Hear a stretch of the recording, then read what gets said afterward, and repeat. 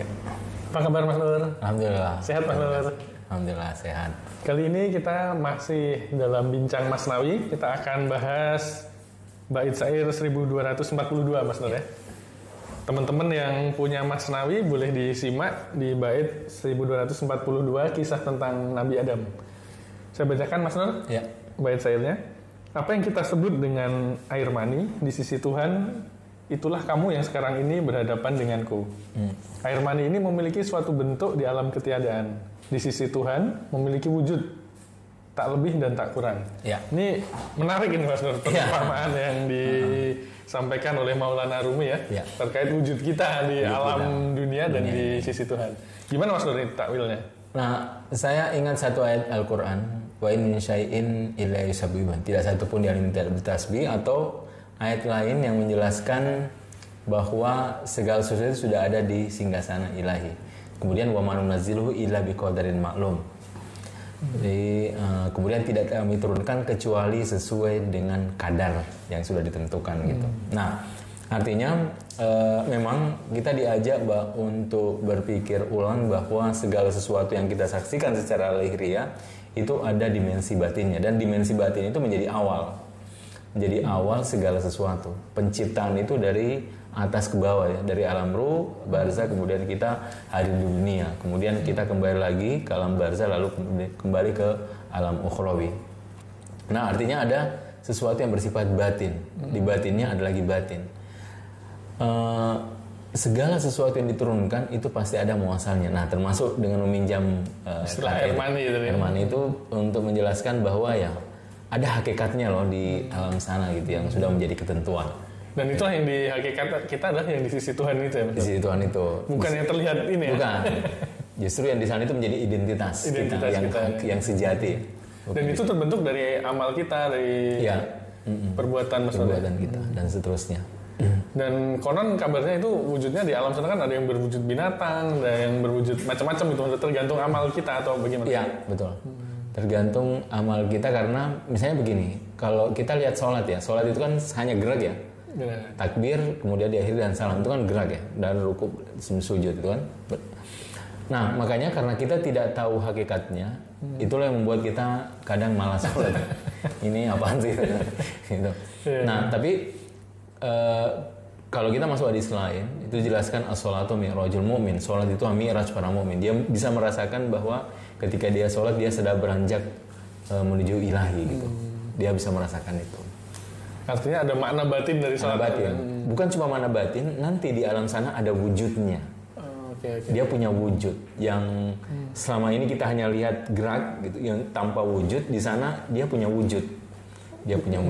Wujud dari sholat itu sendiri maksudnya? Punya sholat. Dan bukan cuma sholat ya, itu salah satu contoh saja. Itu punya wujud. Apapun punya wujud. Alam khayal kita nanti ada wujudnya. Persepsi kita kan punya wujudnya. Tutur kita ada wujudnya. Laku kita ada wujudnya. Makanya nanti di sana kita bersama amal-amal kita.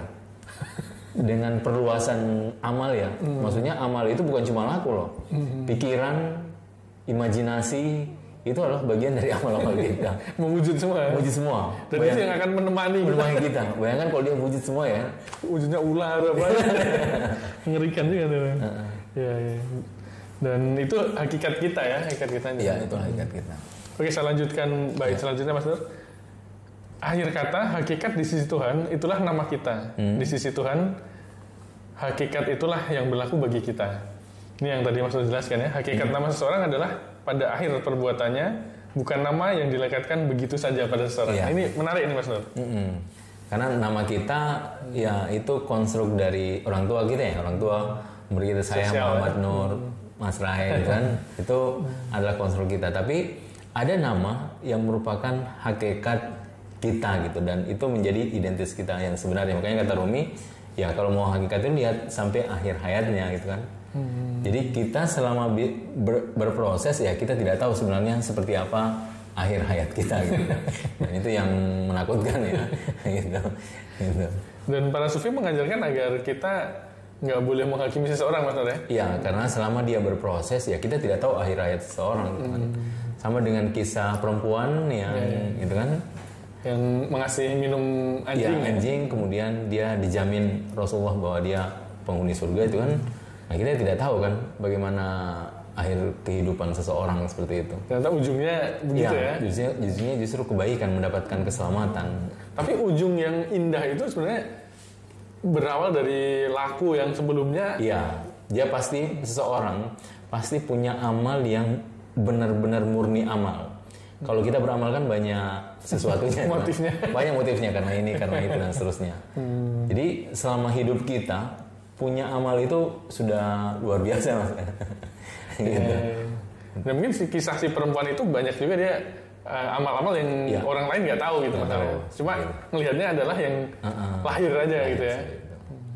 Kan kita seringkali terjebak pada menilai orang dari dimensi-dimensi lahir ini mas, karena dimensi niat itu memang nggak terlihat ya. Dimensi niat. Dan ya memang itu yang paling ini ya. Kalau dalam hadis dijelaskan niat itu mukhul ibadah, dia spirit dari ibadah, dia merupakan ruh dari satu ibadah. Itu justru berawal dari niat. Makanya ada hadis yang sering disebut bahwa amal yang paling berat itu justru niat. Iya, amal paling berat. Kalau kita kan lihat haji ya, haji itu kan berjuta-juta kita bisa naik haji gitu. Niat ternyata ya. Justru kata Rasulullah niat itu justru amal paling berat. Kenapa berat? Karena ya kemurnian ya. Kalau kita mengatakan inna sholati wa nusuki wa mahyaya wa mamati, itu kan berat banget mas. Iya. Itu kan sungguhnya sholatku, matiku, hidupku hanya Tuhan, itu berat banget. Kita sholat ini karena ada neraka sebenarnya. Ada neraka. Dan di hadis lain innamal a'malu binniyat ya, segala sesuatu memang tergantung dari niatnya. Niat seperti itu. Ada iming-iming gitu mas ya. Artinya memang niat ini tingkat kemurniannya di situ ya. Iya. Bukan tingkat kemurnian, maksudnya niat yang paling sejati di sisi Tuhan itu ketika benar-benar murni gitu. Dia hanya menginginkan Tuhan, kan menginginkan Tuhan. Ya, makanya bukan yang lain. Yang lain. Nah, kita berproses itu bagaimana sampai di situ. Makanya ada persoalan suluk. Suluk yang kita melewati pertama hijab kegelapan, setelah melewati hijab kegelapan masuk hijab cahaya. Setelah melewati hijab cahaya baru seorang akan mengalami kefanaan. Bisa dijelaskan lebih mungkin mas, apa itu hijab-hijab tadi? Nah, pertama hijab cahaya, hijab kegelapan. Hijab kegelapan itu dengki, ria, hasud, angkuh, itu adalah hijab kegelapan. Nah, setelah kita bisa mengamati itu, melewati, nah baru masuk hijab cahaya. Hijab cahaya itu adalah kebaikan kita, kemuliaan kita, keagungan kita yang masih kita anggap itu kayak pencapaian kita gitu. Saya penulis loh, saya menerjemahkan, saya begini kan, saya membantu dia loh, Nah, para sufi mengajarkan untuk melewati itu. Dia harus menyirnakan kebaikannya, keagungannya, kemuliaannya. Makanya ada hadis dari Rasulullah kan, al-fakru fakri, kefakiranku, keagunganku.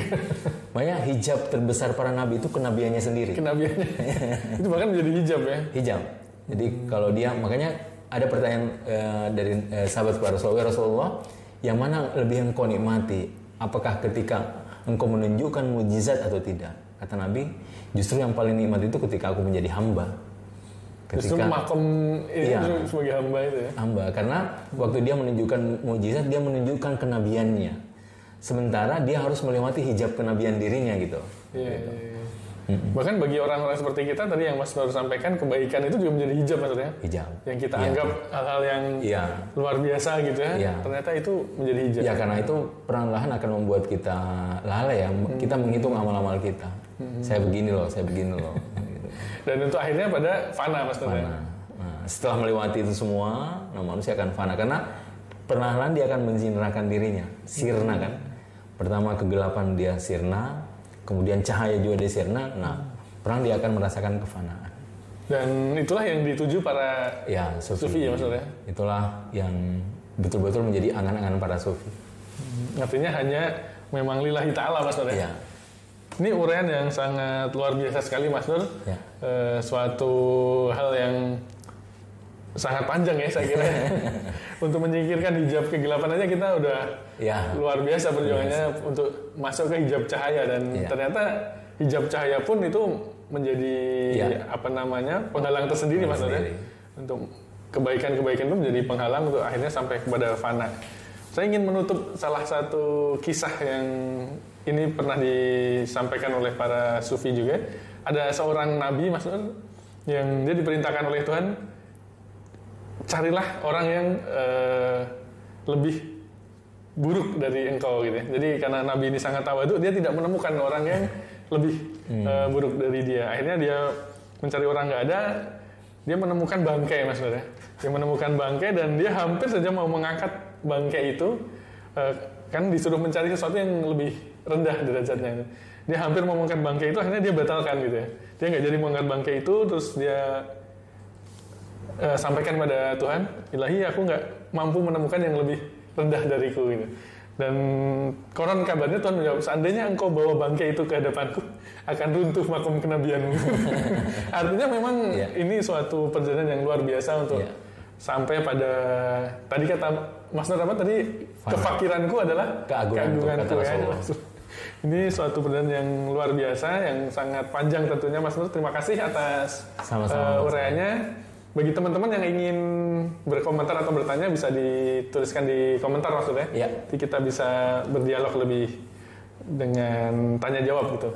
Terima kasih Mas Nur, terima kasih teman-teman semua. Semoga bermanfaat bagi kita semua. Terima kasih. Terima kasih Mas Nur.